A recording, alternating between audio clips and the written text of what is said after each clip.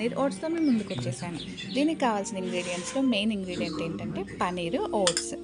ఇప్పుడు మనం first stove మీద గిన్నె పెట్టుకొని దాంట్లో 2 స్పూన్ల నెయ్యి వేసుకొని జీడిపప్పు లైట్గా వేయించుకొని పక్కన పెట్టుకోవాలి. ఇప్పుడు అదే నెయ్యిలో పనీర్ కూడా వేసుకొని కొంచెం లైట్ గోల్డెన్ బ్రౌన్ కలర్ వచ్చే వరకు వేయించుకొని పక్కన పెట్టుకోవాలి.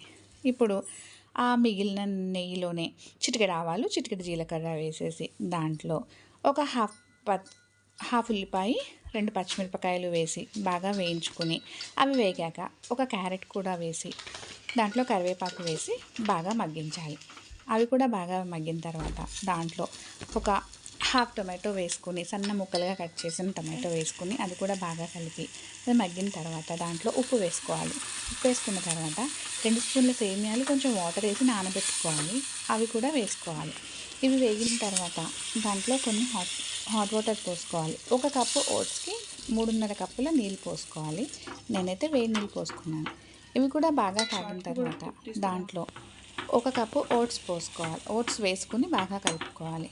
ఒక 2 నిమిషాలు ఉడికిన తర్వాత ఇందాక మనం వేయించి పెట్టుకుని ఉన్న పన్నీర్ ఏదైతే ఉందో జీడిపప్పు కొంచెం కొత్తిమీర వేసి బాగా కలుపుకోవాలి. బాగా ఒక 5 నిమిషాలు అలా మగ్గిన తర్వాత సిమ్లో పెట్టేసి మగ్గిన తర్వాత మూత పెట్టేసుకొని ఇంకొక 2 నిమిషాలు మగ్గించుకోవాలి. అంతే ఫ్రెండ్స్, చాలా బాగుంటుంది. మా పిల్లలైతే ఇంతకుముందు ఓట్స్ తినేవాళ్ళే కాదు, కానీ ఈ పనీర్ ఓట్స్ ట్రై చేసిన తర్వాత చాలా బాగా తింటున్నారు. దీంట్లో నెయ్యి, జీడిపప్పు, క్యారెట్ అన్నీ హెల్తీ ఇంగ్రీడియంట్సే ఉన్నాయి కాబట్టి మనం కూడా హ్యాపీగా పెట్టేయచ్చు. కానీ మీరైతే నిజంగా ఒకసారి ట్రై చేయండి ఫ్రెండ్స్, చాలా బాగుంది. నిజంగా అంటే నిజంగా చాలా బాగుంది.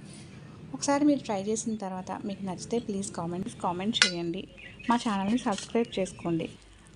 ఇవే కాకుండా నేను ఇంకా చాలా ఇన్స్టెంట్ రెసిపీస్తో మీ ముందుకు వస్తాను ఫ్రెండ్స్. ఒకసారి ట్రై చేయండి, మా ఛానల్ సబ్స్క్రైబ్ చేసుకోండి. Thank you. చాలా అంటే చాలా బాగుంది. అన్నీ బాగా కుక్ అయినాయి. పనీర్ అయితే ఎంత బాగుందంటే ఎక్స్ట్రీమ్ సూపర్, నెక్స్ట్ లెవెల్ ఉంది.